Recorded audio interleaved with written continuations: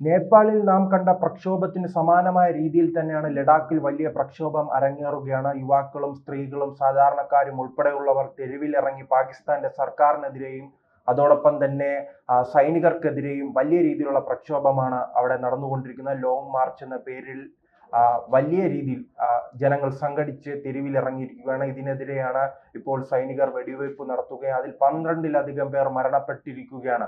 സ്വാഭാവികമായും ഇത്തരമൊരു നീക്കം ഉണ്ടാകുമെന്ന് ഇന്ത്യ വർഷങ്ങളായി തന്നെ പറയുന്നതാണ്. അവരുടെ അയൽ അതിർത്തി പ്രദേശമായ നമ്മുടെ രാജ്യമായ ജമ്മു കാശ്മീർ വലിയ രീതിയിൽ വികസനം ഉണ്ടാകുമ്പോൾ ഒരു തീവ്രവാദം വളർത്താനുള്ള ഒരു കേന്ദ്രം മാത്രമായി ചുരുക്കിക്കാണുകയാണ് പാക് അധിനിവേശ കാശ്മീരിനെ പാകിസ്ഥാനിലെ പട്ടാളവും അതോടൊപ്പം തന്നെ ഭരണ നേതൃത്വവും. ഇന്ത്യയിലേക്കും മറ്റു വിദേശ രാജ്യങ്ങളിലേക്കും ഭീകരവാദം കയറ്റുമതി ചെയ്യാനുള്ള വെറും ഒരു ഭൂപ്രകൃതി അവിടെയുള്ള ജനങ്ങൾ അതിനുവേണ്ടി ഉപയോഗിക്കുക എന്ന ഒറ്റ ചിന്ത മാത്രമേ നിലവിൽ പാകിസ്ഥാനുള്ളൂ. ആ പാകിസ്ഥാനെതിരെയാണ് ഇപ്പോൾ അവിടുത്തെ ജനങ്ങൾ സംഘടിച്ചിരിക്കുന്നത്. നോക്കൂ, അവിടെ പട്ടിണിയാണ്, പരിവെട്ടാണ്, അവിടെ കൃത്യമായ ഒരു പ്രൊഡക്ഷൻ ഇല്ല, ഉൽപാദനമില്ല. ആ രാജ്യം എന്തുകൊണ്ട് പാകിസ്ഥാന്റെ മറ്റു പ്രദേശങ്ങളിൽ നിന്നും വലിയ രീതിയിൽ പ്രത്യേകിച്ച് പഞ്ചാബ് പ്രവിശ്യയിലേക്ക് ഭീകരവാദികൾക്ക് ആവശ്യമായി വരുന്ന പണവും സൈനികരുടെ കയ്യിൽ നിൽക്കുന്ന പണവുമെല്ലാം ഉപയോഗിച്ച് അവർ മുന്നോട്ട് പോകുമ്പോൾ ഈ ഇന്ത്യയുടെ അതിർത്തി പ്രദേശമായ പാക് അധിനിവേശ കാശ്മീരിൽ ഈ വികസനമില്ല, അവിടെ സമ്പത്തില്ല, പട്ടിണിയും പരിവട്ടുമാണ്. പാക് അധിനിവേശ കാശ്മീർ മാത്രമാണോ? ബലൂചിസ്ഥാനിൽ നാം ഇത് കാണുന്നില്ലേ? ബലൂചിസ്ഥാനിലെ പോരാളികളും ഇതല്ലേ ആവശ്യപ്പെടുന്നത്. അതോടൊപ്പം തന്നെ പസ്തൂൺ മേഖലയിലെ പാക് അഫ്ഗാനിസ്ഥാൻ അതിർത്തി പ്രദേശത്ത് അങ്ങനെ 3 ഇടങ്ങളിലെയും ജനങ്ങൾ തുല്യരായി പറയുകയാണ്, പാകിസ്ഥാന്റെ സർക്കാരും സൈനികരും ഞങ്ങൾക്കൊന്നും തരുന്നില്ല, ഞങ്ങളെ സ്വതന്ത്രരായി വിടൂ, നിങ്ങൾക്ക് തീവ്രവാദം വളർത്തണമെങ്കിൽ നിങ്ങൾ വളർത്തിക്കൊള്ളൂ, ഞങ്ങൾക്ക് സ്വതന്ത്ര അധികാരം തരൂ, ഞങ്ങൾ സ്വതന്ത്ര രാജ്യമായി നിന്ന് മുന്നോട്ട് പോകാമെന്ന് ഈ 3 പ്രദേശങ്ങളും ആവശ്യപ്പെടുകയാണ്. ഇതിലൂടെ നമുക്ക് മനസ്സിലാക്കാൻ കഴിയുന്നത് വൈകാതെ തന്നെ വലിയ രീതിയിലുള്ള ഒരു അട്ടിമറി പാകിസ്ഥാനെ കാത്തിരിക്കുന്നുണ്ട്. അതിൽ നിന്നും എങ്ങനെയെങ്കിലും രക്ഷപ്പെടാൻ വേണ്ടിയുള്ള ഒരു ശ്രമമാണ് ഇവിടെ പാകിസ്ഥാൻ നടപ്പിലാക്കുന്നത്. പാകിസ്ഥാന്റെ ലക്ഷ്യം എന്താണ്? ഇന്ത്യക്കെതിരെ നിരന്തരം വിമർശനങ്ങൾ ഉന്നയിക്കുക, ഇന്ത്യ തങ്ങളെ ആക്രമിക്കുന്നു, ഇന്ത്യക്കെതിരെ വികാരമുണ്ടാക്കി എങ്ങനെയെങ്കിലും ഒരു മതവും അതോടൊപ്പം തന്നെ ഇന്ത്യ വിരുദ്ധതയും മുന്നിൽ കാട്ടി ജനങ്ങളെ തെറ്റിദ്ധരിപ്പിച്ച് എങ്ങനെയെങ്കിലും പാകിസ്ഥാനിലെ പട്ടാളത്തിന് അധികാരം മുന്നോട്ട് കൊണ്ടുപോകുക. അതിനുള്ള ശ്രമമാണ് ഇപ്പോൾ നടത്തി വരുന്നത്. പക്ഷെ അതിനെല്ലാം ഒരു പരിധിയുണ്ട്.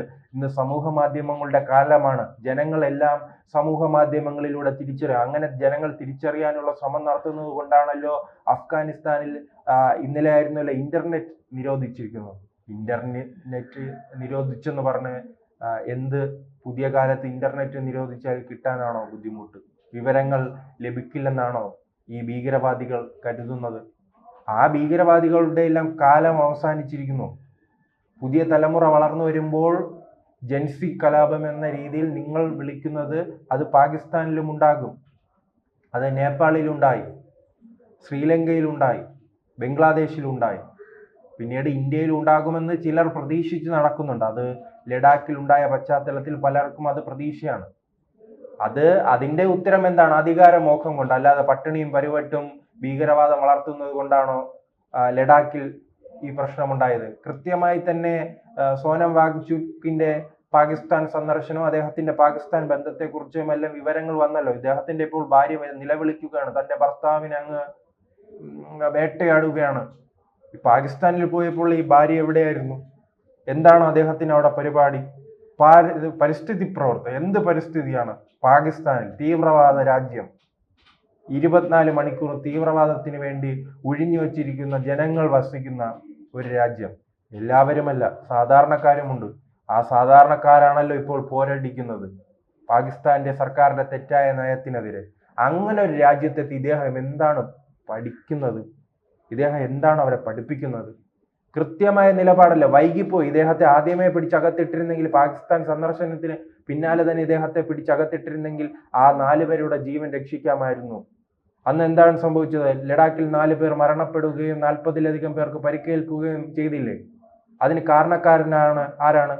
സോനം വാങ്ചുക്. അദ്ദേഹം പറയുകയാണ് ഞങ്ങൾക്ക് അധികാരം വേണമെന്ന്. എന്താണ് അധികാരം? 370-ാം വകുപ്പിന്റെ ആ സമയത്ത് ഈ വെറും ന്യൂനപക്ഷമായി ചുരുങ്ങില്ലേ? അവിടെ ഇന്ത്യയിലെ അവിടുത്തെ ഒരു പോപ്പുലേഷൻ നമുക്കറിയാമുണ്ട്.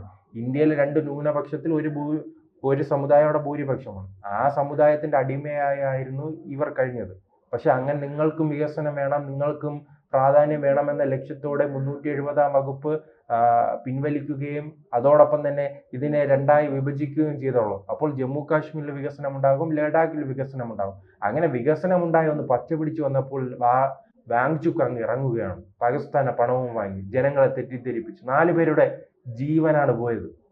അതുകൊണ്ട് തന്നെ ഇടക്കാലത്തൊന്നും അദ്ദേഹം പുറത്തു വരാൻ പോകുന്നില്ല. അദ്ദേഹം ഇനി രാജസ്ഥാനിലെ താർ മരുഭൂമിയിൽ തന്നെ അങ്ങ് ജീവിച്ചു പോകുന്നതാണ് നല്ലത്. രാജസ്ഥാനിലെ ഒരു ജയിലിലാണല്ലോ അദ്ദേഹം കിടക്കുന്നത്. അപ്പോൾ ഭാര്യ അതിന് സമീപം എവിടെയെങ്കിലും വീട് വാങ്ങിയാൽ ഇടയ്ക്കിടയ്ക്കെങ്കിലും അദ്ദേഹം സന്ദർശിക്കും. അദ്ദേഹം എന്തായാലും ലഡാക്കിലേക്ക് ഇടക്കാലത്ത് നിന്ന് തിരിച്ചു വരാനുള്ള സാധ്യത കാണുന്നില്ല. കാരണം ഇന്ത്യക്ക് വലുത് ഇന്ത്യയുടെ സുരക്ഷയാണ്. അല്ലാതെ ഈ പാകിസ്ഥാനിലെ ജനങ്ങളെ പോലെ പരാതി ഏതെങ്കിലും ഒരാൾക്ക് പറയാൻ കഴിയുമോ? ഭീകരവാദികൾക്ക് പറയാം, തങ്ങളുടെ ഭീകരവാദ പ്രവർത്തനങ്ങൾക്ക് മുന്നോട്ട് പോകാൻ കഴിയുന്നില്ല. വിദേശത്ത് നിന്ന് എത്രത്തോളം കോടാനുകോടി ഫണ്ടുകളാണ് വന്നുകൊണ്ടിരുന്നത്. വെറുതെ ആയില്ലേ?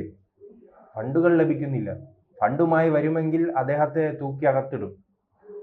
അത്തരക്കാർക്ക് എന്തായാലും മോദി സർക്കാരിനെതിരെയും അതോടൊപ്പം തന്നെ ഇന്ത്യയുടെ സൈനികർക്കെതിരെയും എല്ലാം വിമർശനമുണ്ട്. അല്ല സാധാരണക്കാരായ തൻ്റെ മക്കളെയും വളർത്തി വിദ്യാഭ്യാസം നേടി ജോലിയെടുത്ത് ജീവിക്കണമെന്നുള്ളവർക്ക് എന്തായാലും വലിയ പരാതിയൊന്നുമില്ല. തൊഴിലിനെ കുറിച്ചുള്ള ചില പരാതികളേ ഉള്ളൂ. അല്ലാതെ ഭരണ അട്ടിമറിച്ച് നാം ബംഗ്ലാദേശിൽ കണ്ടതുപോലെ, നേപ്പാളിൽ കണ്ടതുപോലെ, ശ്രീലങ്കയിൽ കണ്ടതുപോലെ ഒരു അട്ടിമറിക്കണമെന്നൊരാഗ്രഹം ഇന്ത്യയിലെ ജനങ്ങൾക്കില്ല. കൂടുതൽ വികസനം വരട്ടെ എന്ന ഒറ്റ അജണ്ട മാത്രമേ ഇന്ത്യയിലെ ജനങ്ങൾക്കുള്ളൂ. പക്ഷെ അങ്ങനെ ഒരു കലാപം സ്വപ്നം കണ്ടിരിക്കുന്ന പ്രതിപക്ഷ പാർട്ടികൾ ഉള്ള നാടാണല്ലോ. പക്ഷെ ആ പ്രതിപക്ഷ പാർട്ടികൾ കണ്ണു തുറന്നു കാണൂ, ആ വലിയ പ്രക്ഷോഭം നടക്കുന്നത് നിങ്ങൾ സ്നേഹിക്കുന്ന മനുഷ്യാവകാശ വിഷയങ്ങൾ ഉന്നയിക്കുന്ന പാകിസ്ഥാനിലാണ്. ഇത് അറിയാമല്ലോ. ഇപ്പോൾ ഇതിനു മുൻപും ഒരാഴ്ച മുമ്പ് പസ്കൂൺ മേഖലയിൽ 30 പേർ മരണപ്പെട്ടില്ല പാകിസ്ഥാന്റെ ബോംബാക്രമണത്തിൽ. ഇപ്പോൾ 12 പേർ പാക് അധിനിവേശ കാശ്മീരിൽ കൊല്ലപ്പെട്ടിട്ടില്ലേ? ഇനി ഗാസയ്ക്ക് വേണ്ടി കരയുന്നവരും അതുപോലെ തന്നെ ലഡാക്കിന് വേണ്ടി കരയുന്നവരും ഇനി ഇതിലെന്ത് പ്രതികരിക്കുമെന്ന് നോക്കണമല്ലോ. എത്ര പേർ സമൂഹ മാധ്യമങ്ങളിൽ ഇതിനെക്കുറിച്ച് പ്രതികരിക്കണമെന്ന് നോക്കണമല്ലോ. കാരണം എന്താ, പാക് അധിനിവേശ കാശ്മീരിലേത് മനുഷ്യരല്ലേ? അവരെ മനുഷ്യരായി കണക്കാക്കാത്ത ഒരു വിഭാഗമുണ്ട്. അത് പാകിസ്ഥാൻ പട്ടാളമുണ്ട്, സൈനികരുണ്ട്. അതുകൊണ്ടാണ് അവർ പറയണം, ഞങ്ങളും മനുഷ്യരാണ്, ഞങ്ങൾക്കും വികസനം വേണം, ഞങ്ങളെ 2ാം പൗരന്മാരായി കാണാൻ പാടില്ല, ഞങ്ങളെ അവഗണിക്കരുത്. ഭരണപരമായ അവഗണന ചൂണ്ടിക്കാട്ടിയാണല്ലോ അവർ സമരം ചെയ്യുന്നത്. അപ്പോൾ അവർക്ക് പിന്തുണ എത്ര പേർ പ്രഖ്യാപിക്കും? അതോടൊപ്പം തന്നെ ഈ പിന്നീട് save the Lakshadweep, save Gaza അടക്കമുള്ള ടീമുകൾ ഇതിൽ എത്ര പേർ പ്രതികരിക്കുമെന്ന് നമുക്ക് കണ്ടറിയാമല്ലോ. അങ്ങനെ ഇവരെയൊന്നും ഇപ്പോൾ വലിയ രീതിയിൽ ഇന്ത്യയിലെ ജനങ്ങൾ തന്നെ പരിഗണിക്കാറില്ല. കാരണം അവരെല്ലാം ഇപ്പോൾ ഇന്ത്യയിലെ ജനങ്ങൾ കൈയൊഴിഞ്ഞിരിക്കുകയാണ്. ഒരു കാലത്തിലെ JNU പരിശോധിച്ചു, JNU എല്ലാം ഇത്തരം രാജ്യവിരുദ്ധ പ്രവർത്തനങ്ങളുടെ കേന്ദ്രമായി മാറിയ ഒരു സ്ഥലമല്ലേ? അവിടെ ഇപ്പോൾ എന്താണ്, ഇത്തരം പ്രതിസന്ധികളുണ്ടോ, പ്രശ്നങ്ങളുണ്ടോ? ഇല്ല, സമാധാനപരമായി മുന്നോട്ട് പോവുകയാണ്. പണ്ട് സമരങ്ങൾ അങ്ങ് സോമാലിയിൽ എന്തെങ്കിലും പ്രശ്നമുണ്ടെങ്കിലും അതിൻ്റെ പ്രതിഫലനം ഉണ്ടാകുന്നത് ഇന്ന് JNUവിലായിരിക്കും. അത്തരത്തിലുള്ള കാലമെല്ലാം കഴിഞ്ഞിട്ടുണ്ട്.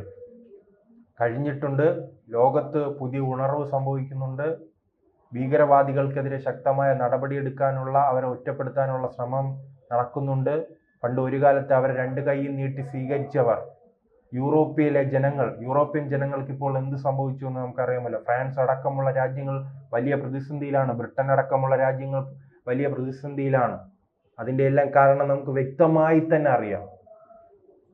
അവിടുത്തെ ജനങ്ങൾ പ്രതികരിക്കും, ലഡാക്കിലെ ജനങ്ങൾ പ്രതികരിക്കും. ലഡാക്കിലെ ജനങ്ങൾ എങ്ങനെ പ്രതികരിക്കും? തങ്ങളുടെ വികസന പ്രവർത്തനങ്ങൾക്ക് എതിരായി നിൽക്കുന്ന വാങ്ചുക്കിനെ പോലുള്ളവർക്കെതിരെ രംഗത്തിറങ്ങിയായിരിക്കും സ്വാഭാവികമായി പ്രതികരിക്കുക. ഞാൻ തുടക്കം സൂചിപ്പിച്ചതുപോലെ JNUവിൽ സംഭവിച്ചത്, ഒരു കാലത്ത് JNU ഇടത് ജിഹാദി ഗ്രൂപ്പുകളുടെ കയ്യിലിരുന്നെങ്കിൽ ഇന്ന് അവിടെ മാറ്റം സംഭവിച്ചില്ലേ? ഡൽഹിയിലെ പല സർവകലാശാലയിൽ ആ മാറ്റം നാം കാണുന്നുണ്ടല്ലോ. ഹൈദരാബാദ് സർവകലാശാലയിൽ, പഞ്ചാബ് സർവകലാശാലയിൽ ജനങ്ങൾക്ക് മനസ്സിലായി, വിദ്യാർത്ഥികൾക്ക് മനസ്സിലായി. കാരണം ഈ നേതാക്കൾ വിദേശ രാജ്യങ്ങളിൽ നിന്ന് ഫണ്ടും വാങ്ങി യുവാക്കളെ തെരുവിലിറക്കി ഇറക്കും. അതിൻ്റെ ഇരയാകേണ്ടത് തങ്ങളാണ്. അങ്ങനെയാണെങ്കിൽ നിങ്ങൾ ഇറങ്ങൂ. ഇപ്പോൾ ഒരു പ്രശ്നമുണ്ടാകുമ്പോൾ നമുക്കറിയാമല്ലോ, രാഹുൽ ഗാന്ധിയെ കാണില്ല. രാഹുൽ ഗാന്ധി അങ്ങ് വിദേശ ടൂറിലായിരിക്കും. ഓക്കെ, ബൈ ബൈ, കഥം. ആ രീതിയാണല്ലോ രാഹുൽ ഗാന്ധിയും അദ്ദേഹത്തിൻ്റെ പരിവാരങ്ങളും ഉള്ളത്. വലിയ രീതിയിൽ ജനങ്ങളോട് ആഹ്വാനം ചെയ്യുക. അദ്ദേഹവും ഇപ്പോൾ പറഞ്ഞിട്ടുണ്ടല്ലോ, യുവതലമുറ രംഗത്തിറങ്ങണം, ജെൻസി തലമുറ, ജെൻ ഇസഡ് തലമുറ രംഗത്തിറങ്ങി പ്രതിഷേധം സംഘടിപ്പിക്കണമെന്ന് രാഹുൽ ഗാന്ധി ആവശ്യപ്പെട്ടിട്ടുണ്ടല്ലോ. പക്ഷെ അദ്ദേഹം ഇറങ്ങില്ല. അദ്ദേഹത്തിന് ആ സമയമുണ്ടെങ്കിൽ മലേഷ്യയിൽ പോകണം, അതുവഴി ബ്രിട്ടനിൽ പോകണം, അമേരിക്കയിൽ പോകണം. അദ്ദേഹത്തിന് 100 കൂട്ടം ജോലിയുണ്ട്. പക്ഷെ സാധാരണക്കാരുടെ മക്കൾ തെരുവിലിറങ്ങി തല്ലുകൊണ്ട് രാഹുൽ ഗാന്ധിക്ക് അനുകൂലമായൊരു സാഹചര്യം ഉണ്ടാക്കണം. അതല്ല, കാലം മാറി. അത് ഇന്ത്യയിലെ യുവാക്കൾ തിരിച്ചറിഞ്ഞു. രാഹുൽ ഗാന്ധിക്ക് വേണമെങ്കിൽ രാഹുൽ ഗാന്ധി ഇറങ്ങുക.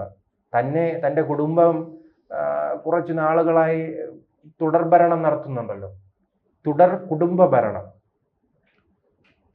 മോത്തിലാൽ നെഹ്റു, ഇന്ദിരാഗാന്ധി, രാജീവ് ഗാന്ധി, സോണിയാഗാന്ധി, രാഹുൽ ഗാന്ധി, പ്രിയങ്ക ഗാന്ധി, സഞ്ജയ് ഗാന്ധി, അങ്ങനെ ഈ കുടുംബത്തെ ചുമന്നു പോകുകയാണല്ലോ ഇന്ത്യക്കാർ. അതിനൊരു പരിധിയുണ്ട്. ആ പരിധിയുടെ അവസാന ഘട്ടത്തിലാണ് നിൽക്കുന്നത്. അപ്പോൾ ഇത്തരക്കാർ പറയുന്നതൊന്നും ഇപ്പോൾ ഇന്ത്യയിലെ ജനങ്ങൾ വലിയ പരിഗണന നൽകുന്നില്ല.